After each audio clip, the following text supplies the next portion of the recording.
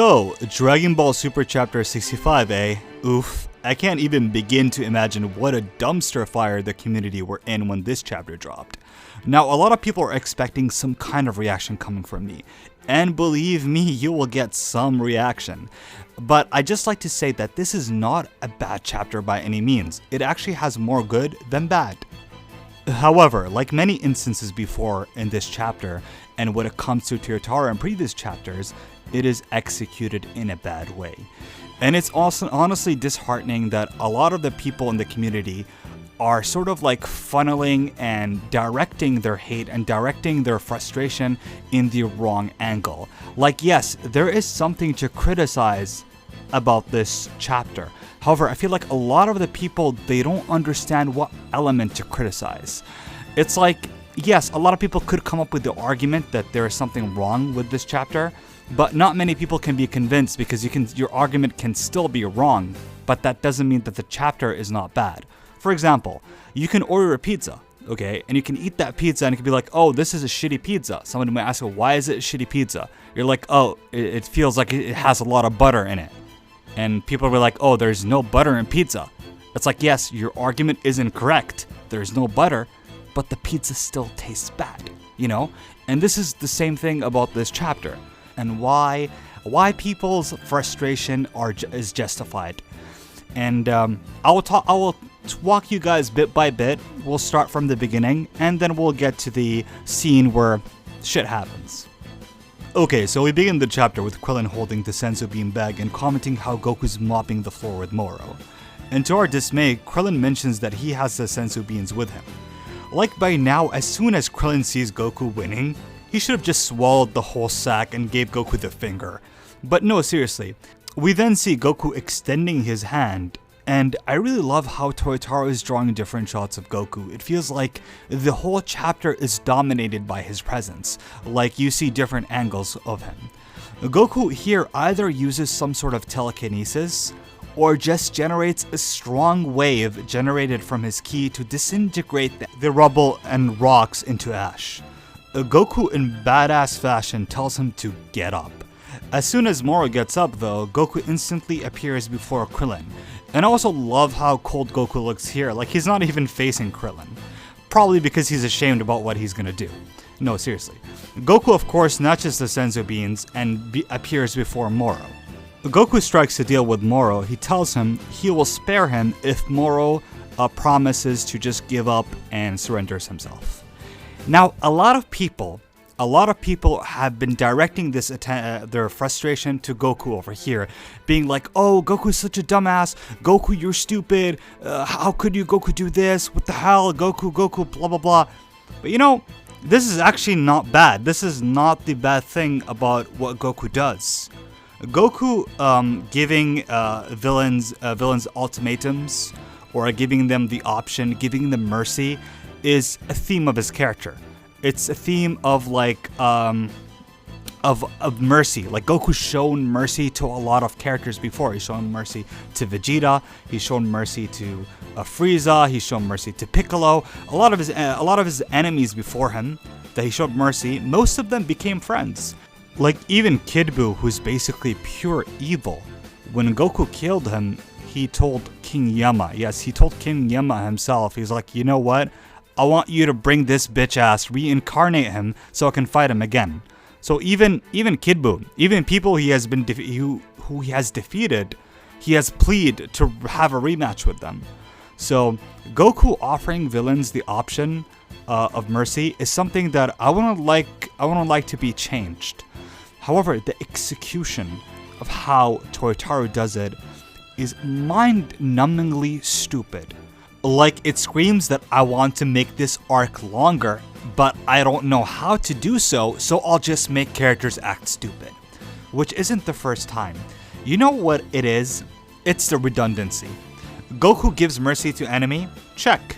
Goku heals the enemy? Check. The enemy proceeds to betray Goku's trust and try to kill him? Check. Predictable writing is frustrating writing.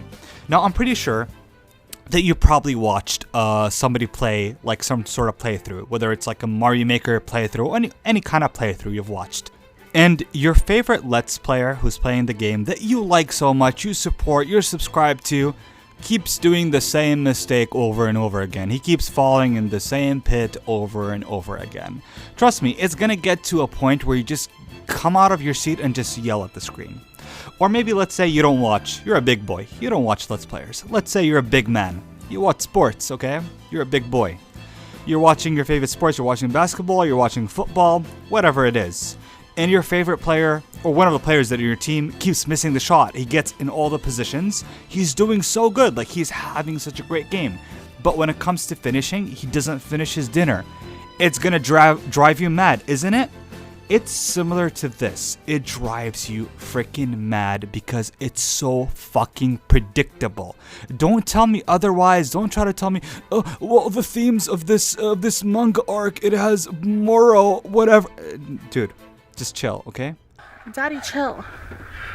What the hell is... Goku's a character that everybody claims that they understand, but in reality, nobody understands Goku. Nobody. Because, like I said before, Goku is a character who resonates with you. He holds standards and values that you resonate and it motivates you. He's not supposed to be a character be like, oh, this is the American version Goku, this is the Japanese, the Indian, the Afghanistan. There is no such thing, you know? I always believe that Goku is a character who resonates with you. And because he resonates with you and he holds these standards that you as a person aspire to, it makes sense that forgiving your enemies is not easy at all. It takes a big character, and I mean a big man character, to conquer your opponent through words rather than force. Let's not forget Goku bent Frieza, the character who was essentially the ruler of space. A guy who never even felt pain before was bent to his knees by Goku, and more than all of that, was shown mercy in spite of him killing his best friend. If you saw the manga version of that fight, Goku looked so sad when he killed Frieza, by the way. So people who are criticizing Goku for showing mercy are critiquing the wrong thing here. The thing here, which a lot of people might ask, well, Mutsi, if you don't have a problem with Goku showing mercy, then what is it that you have a problem with? It's not Goku. It's Toyotaro that I have a problem with this. When Goku offers Moro to be taken into custody, there is no reason for him to offer him a senzu bean. He's already been beaten. Why do you need to give him a senzu bean? Like, it makes no sense. Like, he just killed Maris or Mirs. I don't even know how to pronounce his name. Somebody help me. Is it Maris or Mirs? Anyways, he killed the guy who pushed you past your limits, okay? And you give him a senzu bean. Why? Why? There's no reason for to get something. Like, I like the fact that he got the senzu bean and he still got his ass kicked. Like, Mora punches Goku and he has his, like, a wrist broken. That's such a badass hardcore scene. Like, I love that scene, don't get me wrong. But the fact that he gave him the senzu bean just makes absolutely no sense, and it makes Goku look like an idiot for no reason. Like, you're just literally making the character of Goku look like an idiot. Just for no reason. Plus, there used to be, and there still is, like a meme thing going on about Goku, that Goku would probably beat someone up. Like, you know how people say, like, oh, Goku would probably could beat up Superman, but Goku would probably give Superman a senzu bean and tell Superman to go power up to the sun, and the Goku would get fucked. You know, people used to meme that. Nobody was serious. But right now, we can actually make a case that Goku would actually do these things. And these tendencies, the only reason why Toyotaro included it, not because it's a Goku thing, I'm not arguing whether it's a Goku thing or not. I'm arguing that there's no reason for him to include that. Like, literally, you're just including that to make the arc longer. And you could have went through different routes. Like, if you want to make the arc longer, by all means, Toyotaro, make the arc longer. But doing it this, and not only doing that, there's a second part that it also frustrates me. It's the hypocrisy. Goku in the previous chapters, when he unlocked Sign, he said that he's done disappointing people. He's gonna be serious. He's gonna fight, and he's gonna finish off his opponent. And the second hypocritical moment is Goku yells at freaking Gohan and tells him you should finish him off. But Gohan doesn't finish him off because he decides he wants Cell to suffer. And Goku pays with his life. Goku does the same thing. This is a Goku that is supposed to be wiser. This is a Goku with white hair. The color white represents wisdom.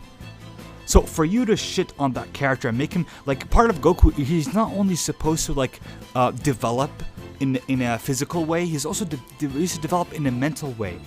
And there is an issue with this, and this is where I'm gonna obliterate everyone who has like a counterclaim. Like I know some people are gonna comment throughout like my video, but here's the biggest thing that pisses me off when they keep doing this. I just want to get one more point though. Like, okay, you made the mistake of giving Moro the Senzu Bean, and Moro explains that he's just gonna use his Senzu Bean and he's just gonna like go back on his word and try to like fight back and try to kill Goku. Why doesn't Goku kill him this instance? There's no reason why he shouldn't, and this adds more to the frustration. So what does this do? And this is the main core, the main issue that I despise since 2015, since 2015, and there's a reason why I'm highlighting the year 2015. Since 2015 and the beginning of Dragon Ball Super, till now, several arcs later, and nothing has changed. They already addressed that Goku's overconfident, but they never did anything to actually make him overcome that weakness. The fact where it just becomes that it's just his kryptonite. It's just something that is going to be expected every single arc.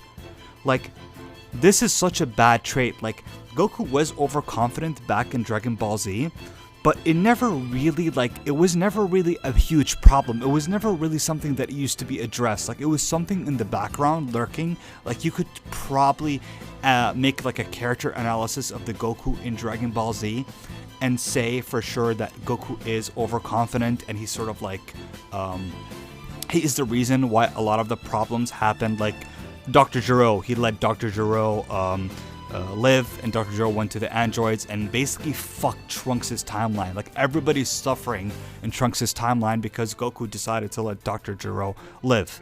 And in the Android Saga, he didn't decide to like stop anything. They said, oh, we're gonna train and we're gonna fight the androids. So you can use that sort of like headcanon, you can theorize and you can analyze the character of Goku and be like, yes, he did bad decisions. However, his decisions ultimately lead to the greater good. Goku facing these challenges pushes him and is ultimately the right thing. Why? When Goku managed to let Dr. Gero live, Trunks going back to getting the time machine, Trunks warning Goku, Goku fighting off the androids, Goku and Gohan getting stronger, Gohan unlocking Super Saiyan 2, Goku dying and unlocking Super Saiyan 3, that gave them the sort of like the utilities to combat future villains. Like, I'm pretty sure if Beerus also like managed to find Goku, he wouldn't be too impressed with him since Goku would be significantly weaker without the challenges. Of course, that's assuming that Goku would be alive if it weren't for all these events transpiring. But anyways, the whole thing about the character of Goku, that he makes the tough decisions that nobody can make. The fact that you, if you were in Goku's shoes, you would kill that opponent, it just shows how much Goku's a bigger character than you. It just shows how much Goku's a bigger character than me, because he has that personality, that sort of like air about him that he can, like, he's so contagious. Like, even Beerus and Whis are drawn to Goku.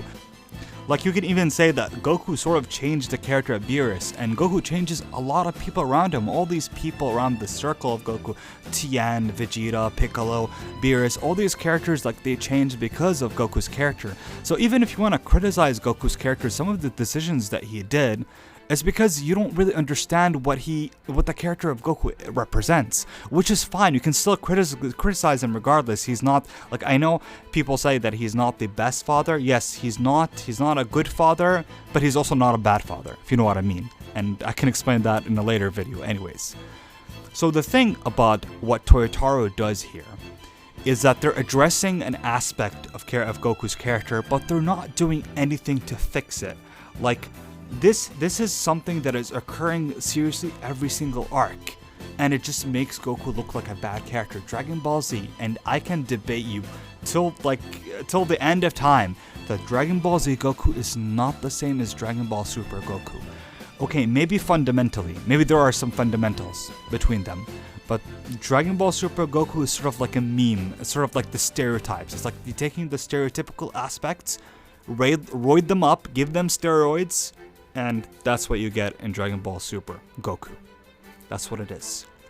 Yes, if you want to say that Dragon Ball Super Goku is not the same as Funimation, Funimation fucked everything up. Yes, my Japanese friend, you who support the sub, yes, everything wrong with Dragon Ball is because Funimation. Yes, Bruce Faulconer is the devil himself. Yes. Dragon Ball sub is the best thing ever, okay? Dragon Ball Kai is better than Dragon Ball Z. I get it, okay?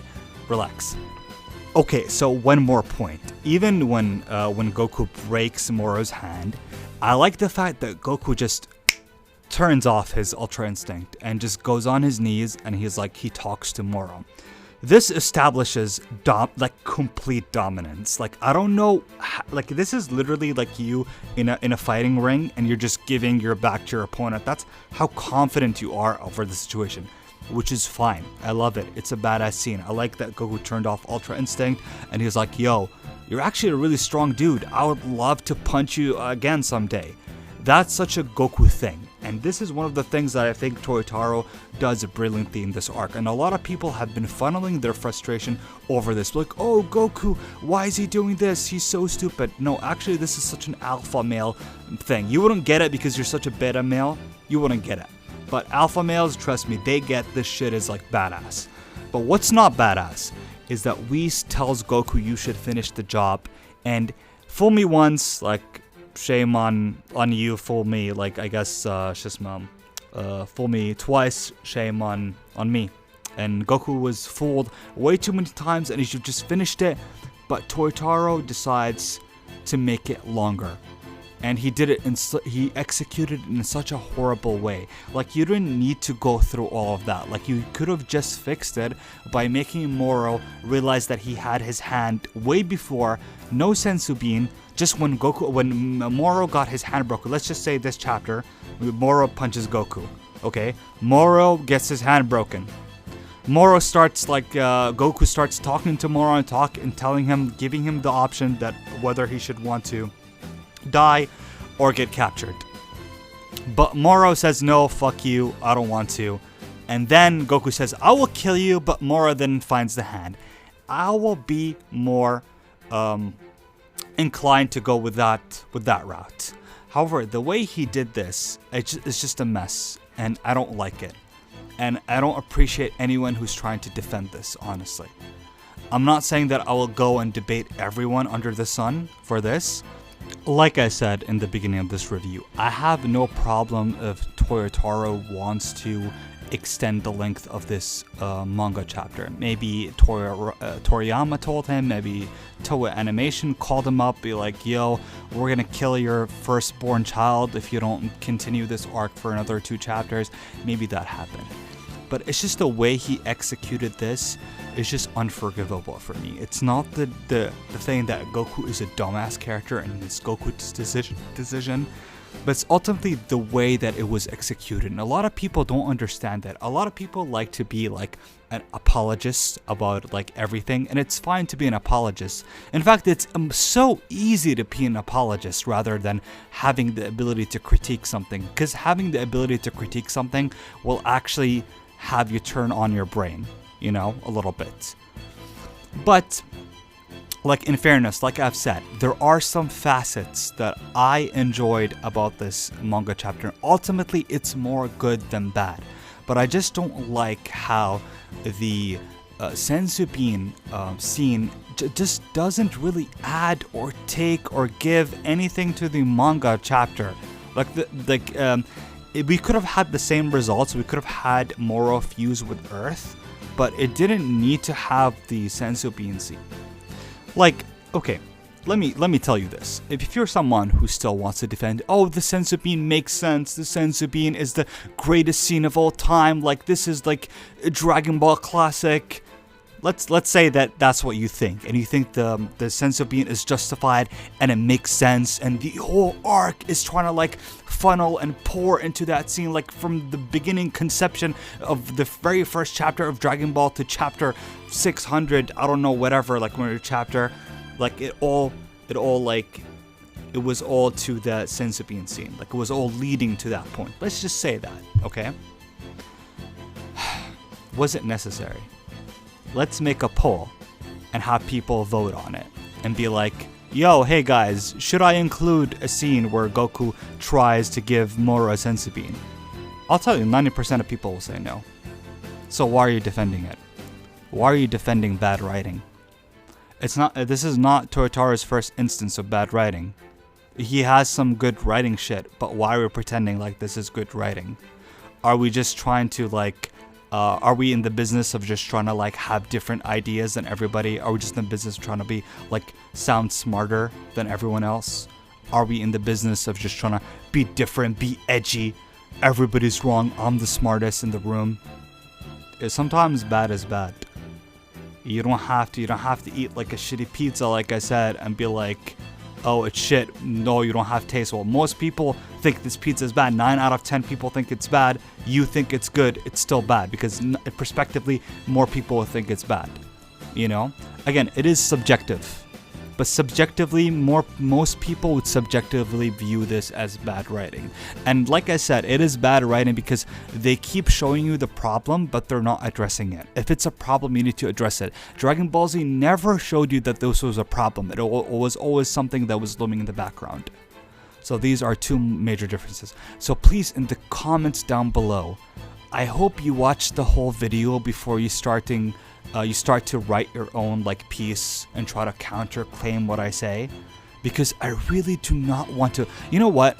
If you're gonna counterclaim whatever I say, I'll just reply timestamps, because I guarantee you that you haven't heard the whole video.